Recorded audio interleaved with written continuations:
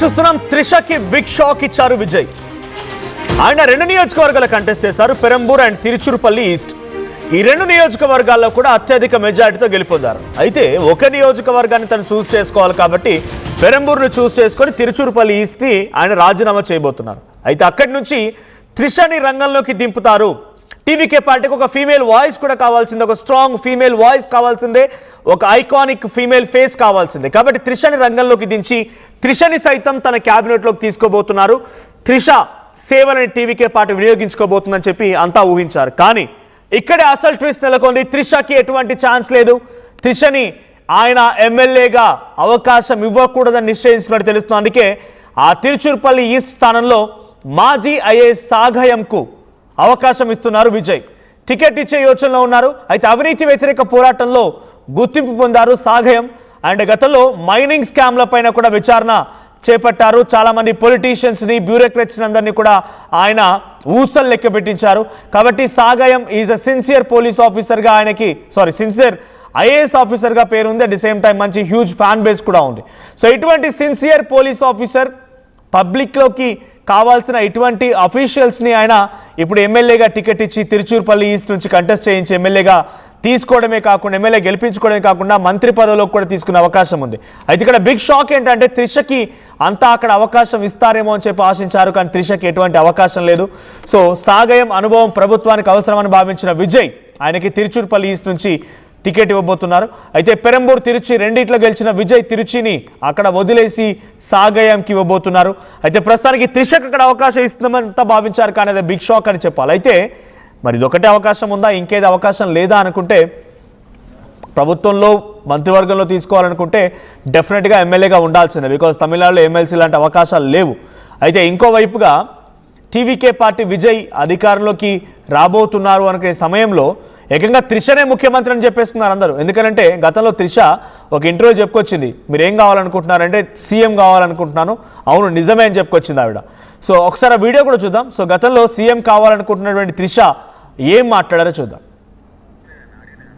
Right. అయితే దాంట్లో నేను ముఖ్యమంత్రిని కావాలనుకుంటున్నానని చెప్పి త్రిష చెప్పుకొచ్చారు.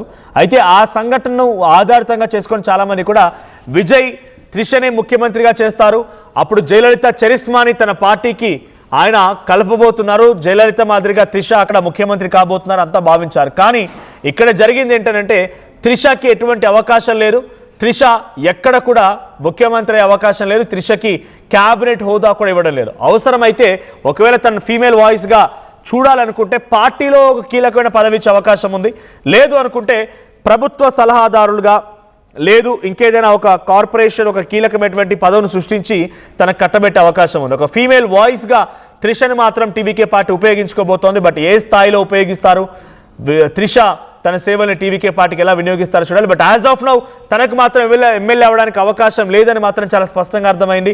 తిరుచురుపల్లి ఈస్ట్ నుంచి సాగయం అనేటువంటి ఒక sincere IAS officer, huge fan base కలిగినటువంటి పబ్లిక్ ఓరియంటెడ్ ఒక రిప్రజెంటేటివ్గా పనిచేసినటువంటి సాగయంకి తిరుచురుపల్లి ఈస్ట్ టికెట్ ఇవ్వబోతున్నారు. సో దీనికి సంబంధించి మరిన్ని అప్డేట్స్ ప్రతినిధి మధు అందిస్తారు. మధు, సో త్రిషకి నో టికెట్, తనని ప్రభుత్వంలోకి తీసుకుంటారు, మంత్రివర్గంలోకి తీసుకుంటారు, ఎమ్మెల్యేగా అవకాశం కల్పిస్తారని చాలా మంది భావించారు. ఇక్కడితో ఆకుండా ఒక అడుగు ముందుకు వేసి ముఖ్యమంత్రిగా కూడా తనే కాబోతున్నారని చెప్పుకొచ్చారు. కానీ ఇవన్నీ బుట్టదాఖలు అయిపోయినాయి. కేవలం ఒక సామాన్య కార్యకర్తగా ఉంటారా అది కూడా చూడాలి. బట్ ఏం జరిగిందో, బట్ యాజ్ ఆఫ్ నౌ విజయ్కి ఒక మంచి ఫ్రెండ్గా ఉన్నారు త్రిష. తర్వాత ఫర్దర్గా తన సేవల్ని టీవీకే పార్టీ కానీ అక్కడ ప్రభుత్వం ఎలా ఉపయోగిస్తుందో చూడాలి. బట్ త్రిషని పక్కన పెట్టడం, ఐఏఎస్ ఆఫీసర్ సాగయంకి ఇవ్వడం టీవీకే పార్టీ కార్యకర్తలుగా, నాయకులు కానీ యాక్సెప్ట్ చేసే అవకాశం ఉందా? ఒక ఫీమేల్ వాయిస్ అనేది టీవీకే పార్టీకి అవసరం లేదనుకుంటున్నారా?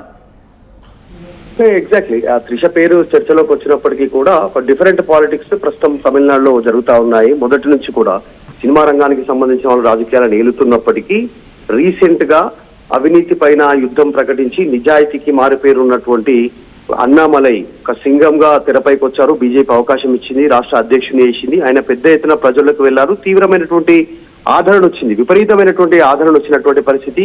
కొన్ని పరిణామాల నేపథ్యంలో, రాజకీయ పరిణామాల నేపథ్యంలో అన్నామలైని కాస్త కొన్ని రోజులు సైలెంట్ గా ఉండమని బీజేపీ చెప్పడంతో మొన్న జరిగినటువంటి ఎన్నికల్లో విజయ్ అద్భుతంగా విజయాన్ని సాధించినటువంటి పరిస్థితి. ఇప్పుడు అక్కడ ఐపీఎస్ అధికారి, నిజాయితీకి మారు పేరైనటువంటి అన్నామలైకి బీజేపీ అవకాశం ఇస్తే, ఇక్కడ ఐఏఎస్ యు సగాయం అనేటువంటి వ్యక్తికి, ఈయన కూడా అవినీతి పైన పోరాటం చేశారు.